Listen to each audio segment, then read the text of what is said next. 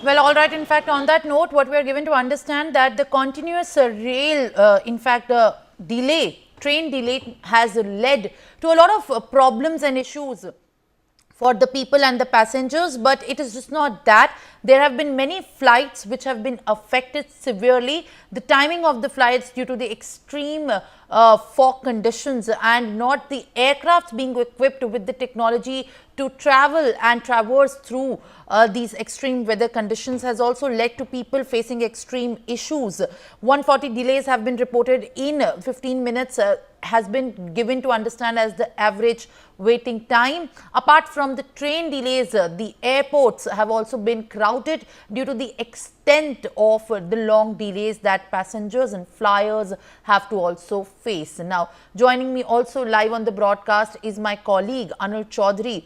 Anil, what is in fact your input on the kind of delays that have happened from the national capital as far as the flyers and the people traveling, the commuters traveling through the train, and also people on road in general and at large have to face due to weather?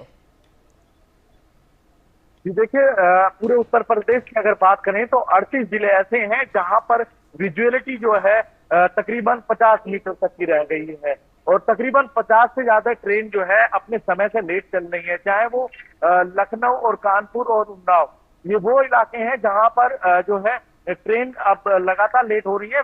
10 से ज्यादा flight भी जो लखनऊ की हैं वो भी late हो गई हैं। तो आप समझ सकते हैं आने वाले दिन, क्योंकि जिस तरीके से जो मौसम विभाग है उसकी तरफ से भी अलर्ट कर दिया गया है और ये कहा गया है कि आने वाले दिनों में बारिश भी हो सकती है। 10 से 11 तारीख का समय दिया गया है।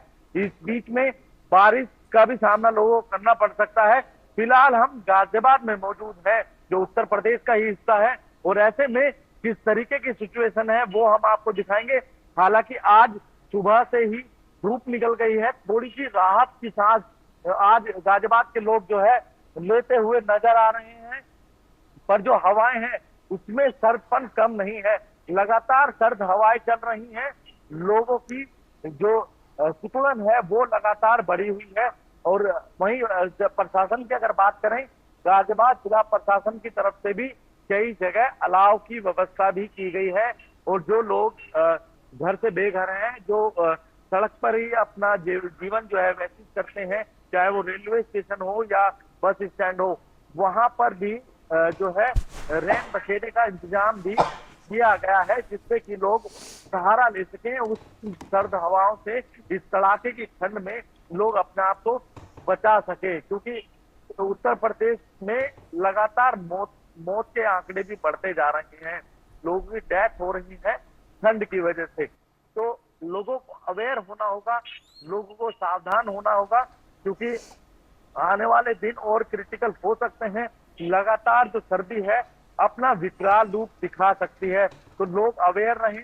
घर से बाहर निकलें तो अपना आप को प्रॉपर ढककर ही निकलें, अन्यथा जरूरी काम ना हो तो घर पर ही रहें। इस तरीके की गाइडलाइन भी गाजियाबाद के स्वास्थ्य विभाग की तरफ से जारी की गई है। All right, Anil, thank you for adding these details. We'll continue to track that, in fact, very closely. But let me also get a word from my colleague Mehendi, who is joining me live from the national